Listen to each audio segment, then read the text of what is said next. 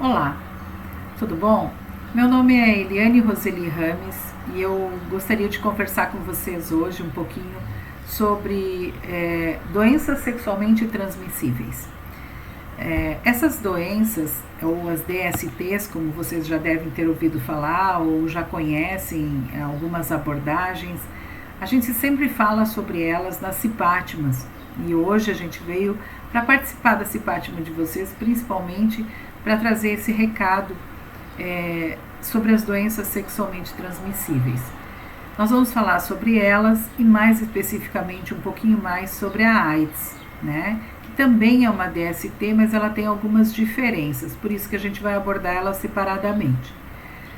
Todas essas doenças das quais nós vamos falar, elas têm relação com, ou a transmissibilidade ou o contágio delas provém da relação sexual. Independente da via, né? Se a relação é anal, se a relação é vaginal ou se a relação sexual é oral. Então, independente da via, a transmissão é via sexual, tá? Então, eu vou começar a abordar a sífilis, que é uma das doenças mais antigas que a gente conhece, até porque ela é mencionada, claro que não com o nome de sífilis, mas a descrição dela e os processos que ela causa está relacionada já na Bíblia. Então, ela é uma das doenças mais antigas que nós temos de DST relacionadas nos históricos, né? Diz que Nero, que foi aquele imperador de Roma, que colocou fogo em Roma, né? Ele tinha ele tinha sífilis, até porque dentro do quadro dele, ele deveria ter uma fase da sífilis que nós vamos citar agora, e depois eu volto de novo a falar sobre ele, tá bom? Então vejam só, a sífilis ela é composta de 3 fases. A fase primária, ela é uma fase onde a gente faz a transmissão e através de pequenas bolhas chamadas cancro duro. Esse cancro duro é um processo que não dói, ele é uma bolinha, né, em cima do pênis, na região da vagina, e ele é indolor. Você pode roçar, pode encostar, que não tem problema, que ele não dói. Só fica aquela parte insensível, que é meio estranho. Os homens conseguem identificar melhor, até porque o pênis é externo e eles visualizam ele melhor. As mulheres têm mais dificuldade, porque a região vaginal é mais interna, então elas não conseguem perceber tanto. E normalmente, se caso você perceba, você vai sentir aquilo ali, mas como não tem dor, a tendência das pessoas é deixar aquilo ali passar e não se preocupar com aquilo. E nessa fase primária, o que o cancro duro faz? Ele permanece durante 15, 20 dias, mais ou menos, expondo as suas partículas, e ele vai fazendo a transmissão. Então, todo lugar que essa lesão encostar em uma outra mucosa, então, por exemplo, se mantiver relação oral, né, vai vir para a boca da outra pessoa, ou vai recontaminar a pessoa, e assim sucessivamente. Então, esse cancro duro, ele tem o objetivo de disseminar a sífilis, né? Ele quem vai fazer toda essa passagem de sífilis, mas é contato com contato.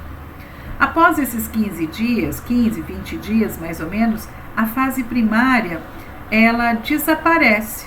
Então, esse cancro duro desaparece e a pessoa volta a ter a vida normal. Só que o que acontece no organismo? Essa crostazinha desapareceu, né? O cancro duro desapareceu, mas a sífilis entrou via circulação sanguínea. E aí ela pode levar de 30 até 6 meses, 180 dias, para começar a aparecer uma fase secundária, que é chamada de roséola sifilítica. Essa roseola sifilítica, ela vai fazer lesões, manchas arroxeadas na palma das mãos, nas plantas dos pés e às vezes bolhas e róseos assim na pele. Coça bastante, mas também é um processo que vai acontecer e vai desaparecer, tá? Então, terminou-se também a fase secundária. E aí as pessoas dizem, ah não, era só uma alergia, ah não, era só uma feridinha, e passou. Só que o grande problema, que pode levar até 10 anos, mas a fase terciária da sífilis retorna. E ela retorna com uma série de sequelas, principalmente as questões de lesões cerebrais, cardiopatias, o que é? Problemas cardíacos, problemas do coração. Vocês já ouviram falar em coração gigante, né? É uma das características da sífilis, né? Fazer o coração aumentar, fazer deformidades ósseas, fazer problemas neurológicos. E uma das mais graves que a sífilis pode causar é a mãe que é gestante e gera o bebê, né? E o bebê já vem com sífilis. Esse bebê, independente da fase que a mãe tiver, esse bebê vai vir com sífilis terciária, já com sequelas, né? E voltando de novo ao Nero, é uma das questões, né? Principalmente os fatores neurológicos, eles causam demência. A sífilis causa demência. E segundo os relatos, Nero, por ter ateado fogo em Roma e pela loucura toda que ele tinha, ele já tinha um quadro de demência. Então, por isso que eles correlacionam Nero com a questão da sífilis. Uma outra doença que é muito comum, né, e que é muito fácil a sua disseminação, é a gonorreia. A gonorreia é uma bactéria, né, ela causa uma secreção tanto no pênis quanto na vagina, uma secreção muito mal cheirosa, uma secreção parecendo um pus, né? Um pus esbranquiçado, mais amarelo. O pessoal gosta muito de falar, né, que ela se assemelha a um creme, né? Só que é um creme muito mal cheiroso. E o grande problema da gonorreia é que ela é de transmissibilidade muito fácil, mas ela causa não só em quem é portador, mas também em fetos, em nenéns, né, em crianças que nascem de mães com gonorreia, elas podem causar cegueiras. Pode causar infertilidade, tanto no homem quanto na mulher, se permanecer, né? E até em adultos, por exemplo, pessoas que têm gonorreia, se não lavarem bem as mãos, de novo, né, as mãos, mas se não lavarem as mãos e chegar a gonorreia na parte da mucosa do olho, pode lesar, né, o nosso olho, causando cegueira. Ela causa uma doença chamada oftalmogonocócico, tá? Essa cegueira, ela é uma cegueira bem complexa, né? Que, claro que não vai causar nos dois olhos, muitas vezes pode, outras não, mas ela faz uma perda visual bem grave e bem severa, tá? Como que nós podemos tratar? Tanto a sífilis quanto a gonorreia são de tratamento médico, né? Tem medicação, tem tratamento, não é difícil de tratar, não é medicação cara, tem na unidade de saúde. Precisa sim fazer dentro da sua rotina de exames, né? Se tem alguma suspeita, se tem alguma atividade com outros parceiros desconhecidos que não usou proteção, sempre é importante fazer uma revisão e fazer o preventivo, fazer exames de sangue, né, para avaliar isso, tá? Outra doença que nós temos que é muito comum é chamado de cancro mole. Cancro mole, diferentemente do cancro duro da sífilis, o cancro mole é um tumorzinho, é como se fosse um tumorzinho, e ele faz uma abertura, é como se ele fizesse uma ferida, e essa ferida abre. E quando essa ferida abre, ela dói muito, a dor é muito intensa, a pessoa não consegue caminhar direito, ela não consegue colocar cueca, zorba, calcinha, né? Ela geralmente drena muito, sai muito pus. Então, quando a gente fala sobre o cancro mole, geralmente as pessoas não disseminam muito porque elas têm muita dor. E uma das características é que ela causa muitas ínguas, né? Lembram das ínguas que fica na região da virilha? E essas ínguas, às vezes, num quadro mais grave, essas ínguas também rompem com pus, elas se infeccionam bastante, tá? Então, um dos problemas do cancro mole é que ele, além de ser mal cheiroso, além dele criar essas pústulas, eles ainda são extremamente dolorosos, tá? Depois nós temos, do cancro mole, nós temos o herpes genital. O herpes genital é um vírus, né? Hoje a maioria das pessoas talvez já está entendendo um pouquinho da diferença entre vírus e bactéria. Então, o herpes é um vírus, ele não tem cura, mas ele tem fases onde ele não está presente. Como é que funciona isso?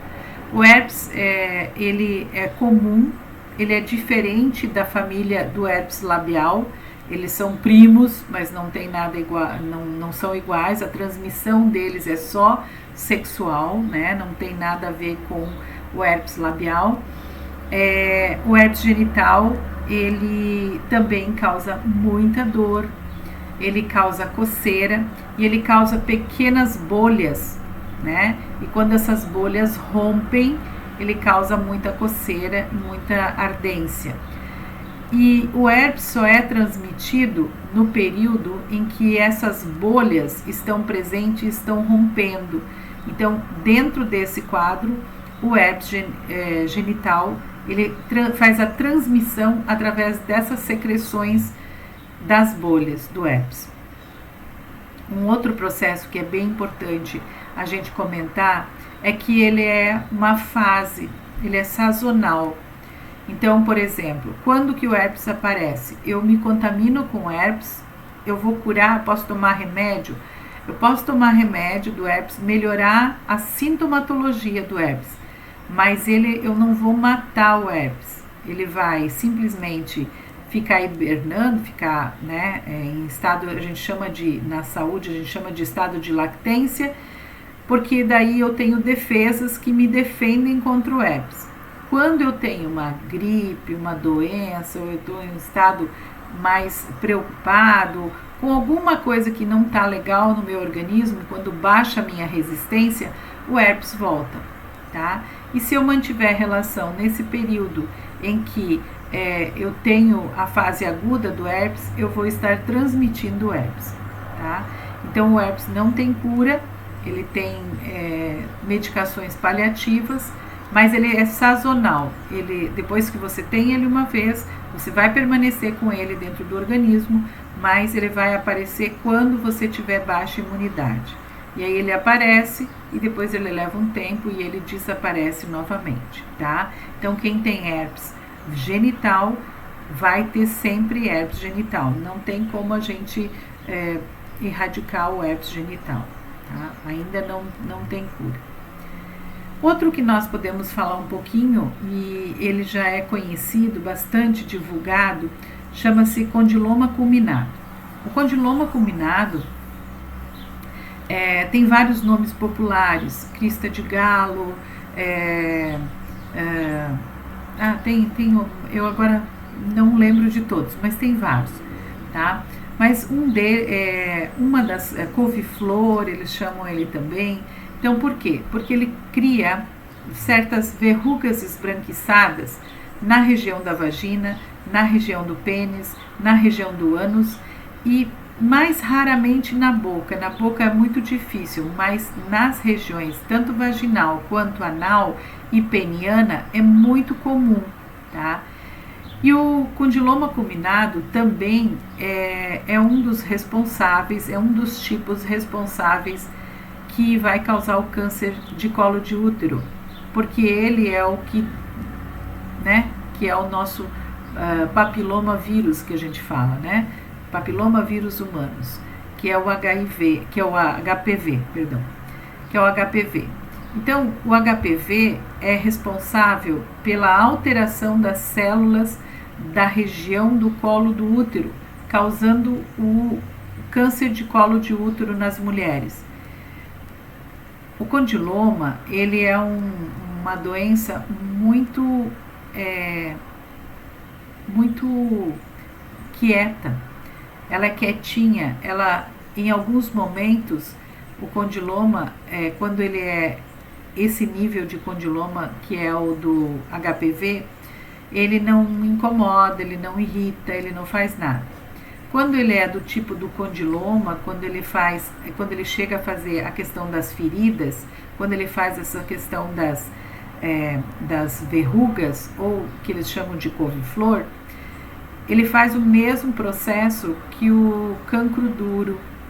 Ele faz uma borda esbranquiçada, aonde tem milhões de partículas, e essas partículas, encostando em alguma mucosa, elas vão se proliferando, elas vão se criando outros. É como se fosse um couve-flor encostando na pele e criando outros couve-flores, né?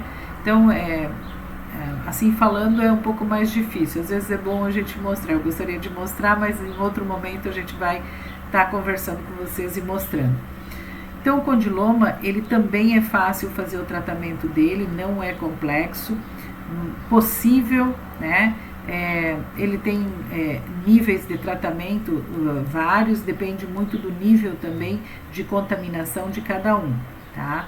Então, sempre que a gente for olhar algum tipo de DST ou de infecções, a gente precisa ter na cabeça que todas elas são tratáveis, todas elas são possíveis resolver.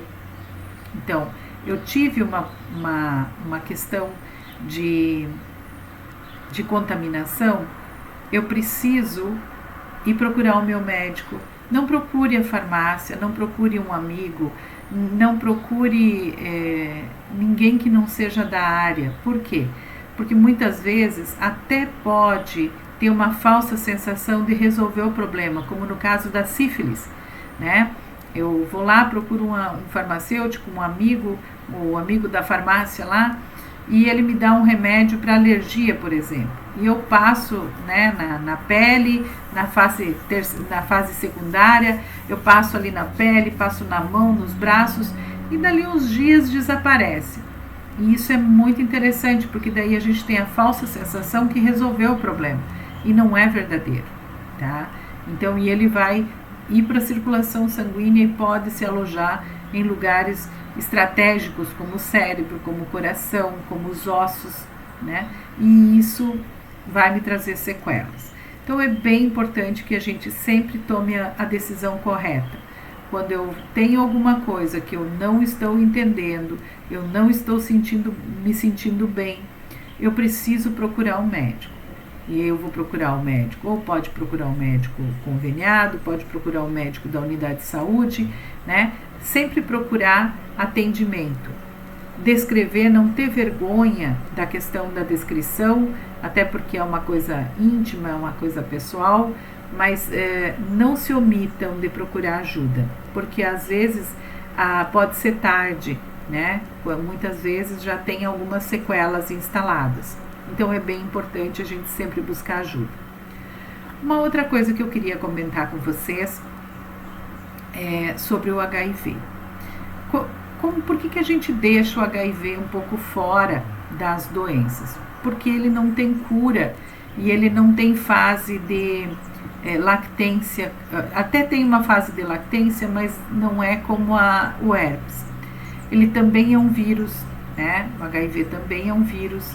Por isso, nossa dificuldade em tratar, né, em buscar solução para ele, porque ele também entra no nosso sistema imunológico e ataca, diferentemente do herpes, ele ataca o nosso sistema imunológico. O que é o sistema imunológico? O sistema imunológico, eu gosto sempre de fazer uma comparação entre um quartel de militares, né, e o nosso corpo. O nosso corpo, ele tem uma série de escalões, né, de hierarquias de defesa dentro do organismo. Desde o soldado raso, eu brinco sempre, né, desde o soldado raso até o suprassumo, que é o general, coronel, não sei todos aqueles nomes, mas enfim. O que nos interessa é que nós temos uma linha de comando. Então eu tenho o soldado, eu tenho o cabo, eu tenho o sargento, eu tenho o tenente, tenho o capitão, daí eu tenho, sei lá, major, daí eu tenho o general e o ministro, vamos dizer assim. E no nosso corpo também tem mais ou menos isso, né? A gente chama isso de linha de comando no organismo. E esses soldados que nós temos, eles precisam de ordens. Eles são divididos em blocos, né? Como se fossem batalhões, né? E eles têm esse processo de sentinelas, eles têm todo esse processo de comando e hierarquia, eles também têm. E o HIV faz o quê? O vírus do HIV faz o quê? Ele entra no nosso organismo, ele se camufla mais ou menos naquela linha do tenente ali, ele entra numa célula chamada célula T e ele infecta essa célula T. Mas ele infecta ela, ele entra na célula e fica com a roupagem da célula T. E daí o que ele faz? Ele mata essa célula T e lá dentro ele se alimenta dessa célula T, porque o vírus, todo vírus, ele não tem como sobreviver fora do organismo sem ter uma célula onde ele está enclausurado, porque ele por si só ele não vive, né? Diferente de bactéria, que é um ser vivo. O vírus, ele não tem uma célula própria dele, ele tem que infectar uma célula para ele permanecer, né? No caso do HIV, ele infecta a célula do T, a célula T, que é a nossa linha de defesa. E dentro do nosso comando hierárquico de defesa, a célula T fica mais ou menos no meio do comando. E o que acontece com a infecção que o vírus do HIV faz em várias células T? Todos os soldadinhos para baixo, todos os comandos para baixo da célula T não recebem informações. Então o comando lá em cima está dizendo para a célula T, olha, tem uma infecção lá no dedão, tem uma infecção na garganta. E a célula T está morta, mas ninguém consegue identificar que ela está morta. Por quê? Porque ela tem a roupagem dela externa, ela está camuflada ainda como célula T. E os soldadinhos para baixo não vão atacar ninguém, não vão atacar os inimigos, porque eles não receberam comando da célula T. Então, por que acontece as doenças, né, oportunistas no HIV? Principalmente porque, como eu não tenho esse comando, as células que fariam toda a minha defesa, elas não saem do lugar, elas não vão até onde está a infecção. Então, o que acontece? Os pacientes que estão com a doença, né, do HIV, eles acabam morrendo por monilíase, que é aquele sapinho na boca, que esse sapinho cresce e vai até a região do estômago e eles não conseguem comer e têm dificuldades. Eles morrem por tuberculose, eles morrem por outras doenças comuns, assim como gripe, né? Coisas que normalmente não levariam o paciente a óbito, não levaria ninguém a óbito. Mas como eles estão sem defesa, que é um dos processos do HIV, não gerar essa defesa, eles ficam muito suscetíveis, eles ficam muito expostos. Então, por isso, eles emagrecem demais, eles não têm condições de trabalhar essa questão energética, eles não transformam isso. Qualquer tipo de processo infeccioso para eles é bem complexo, porque a defesa deles é praticamente nada. Tivemos uma melhora muito boa, muito em questão de longevidade, em questão de qualidade de vida de pacientes que têm, né, que são portadores, né, eles têm com eles, estão com eles o vírus do HIV, mas eles às vezes, e nós tivemos bastante evolução nisso, eles não são doentes ainda, tá? Hoje nós temos, dentro de um quadro bem importante, né, dos coquetéis, que todos conhecem, que já ouviram falar em algum momento, a televisão, a mídia fala muito sobre o coquetel do HIV, né, que as pessoas que são infectadas tomam. Esses coquetéis ajudaram imensamente para que as mães que têm HIV não fizessem essa transmissão para os fetos, né? Porque esse era um dos grandes problemas, né, na gestação. A gestação, ela aumenta todo o processo, então as crianças que nasciam de mães que tinham HIV, a mãe poderia não estar ainda sentindo, né, sendo doente, sendo afetada pelo vírus, mas a criança já nascia com a doença, então ela já estava com sequelas, com grandes problemas. Então, permanecia uma criança com muitos problemas e, às vezes, muitas sequelas também. Hoje, com o pré-natal, com as mães fazendo toda a parte de exames e avaliações, é muito interessante que deu para trabalhar todo esse contexto e praticamente erradicou, né, essa doença em termos dos bebês. As mães tomam o AZT, que é o coquetel lá, não só o AZT, mas tem outros componentes, e elas não transmitem mais para os fetos. Mas com isso entrou também um outro processo que é super importante a gente rever. As pessoas achando que tem medicação, elas acham que elas não precisam mais se proteger, que elas não precisam mais usar camisinha, que elas não precisam mais tomar cuidado. E bem pelo contrário, porque a gente tem uma medicação, não quer dizer que a gente tenha a solução, tá? A solução para o HIV é paliativa. Então, dos recados que eu gostaria de deixar para vocês é que o HIV ou qualquer uma das doenças sexualmente transmissíveis deve ser tomado muito cuidado, deve ser qualquer tipo de dúvida que eu tenha, eu posso fazer o teste rápido para o HIV, tem como fazer, posso fazer teste para hepatite, né? Tem na rede pública, é gratuito. Eu tive uma relação e eu fiquei em dúvida, posso ir lá e fazer o teste rápido, está à disposição na rede pública.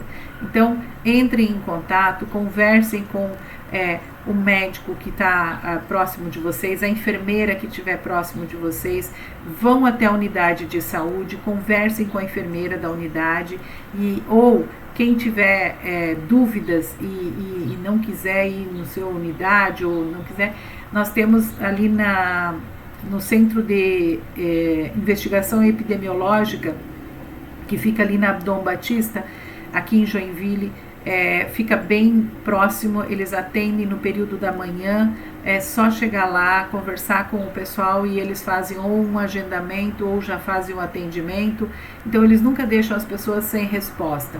Então, se você tem dúvidas, só procurar o pessoal da Secretaria de Saúde, que fiz vários encaminhamentos para lá e eles atendem muito bem.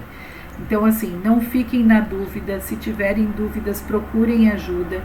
Se tiver alguém, oriente. Se tem um amigo, uma amiga que está em dúvida, que vem conversar com você, não deixe de orientar. Oriente da melhor forma. Não oriente para ir numa farmácia fazer uma coisa ou outra. Oriente para ir na divisão de vigilância epidemiológica. Lá eles vão fazer os exames, tem os testes rápidos, né? Eles vão fazer o teste rápido para HIV, para hepatite, para sífilis. Então, é bem interessante porque você tem uma resposta na hora, né? E se for alguma coisa positiva, você ainda pode fazer os outros testes, já pode fazer o acompanhamento. E você já fica sem essas dúvidas. Sempre lembrando que abraço, diferentemente de outros vírus por aí, abraço, talher, sentar no mesmo lugar, não transmite DST, não transmite AIDS, toalha, banheiro, não transmite gonorreia, não transmite cancro duro, nem cancro mole. Então, todas as doenças sexualmente transmissíveis, elas não são transmitidas por outros meios que não a relação sexual, e com exceção da sífilis e do HIV, que são também transmitidos por sangue, tá? Então, sempre olhar bem para tudo isso, e esse é um recado que eu queria deixar para todos vocês. Na dúvida, busque uma orientação melhor. Vá até a unidade de saúde, vá até o seu ambulatório, né, o ambulatório mais próximo, e busque essa orientação, tá ok? Pessoal, obrigado por me ouvirem, né? Se tiverem dúvidas, é só entrar em contato com o pessoal de vocês aí da CIPAT, e a gente está à disposição para responder perguntas se caso for necessário, tá ok? Um grande abraço e até!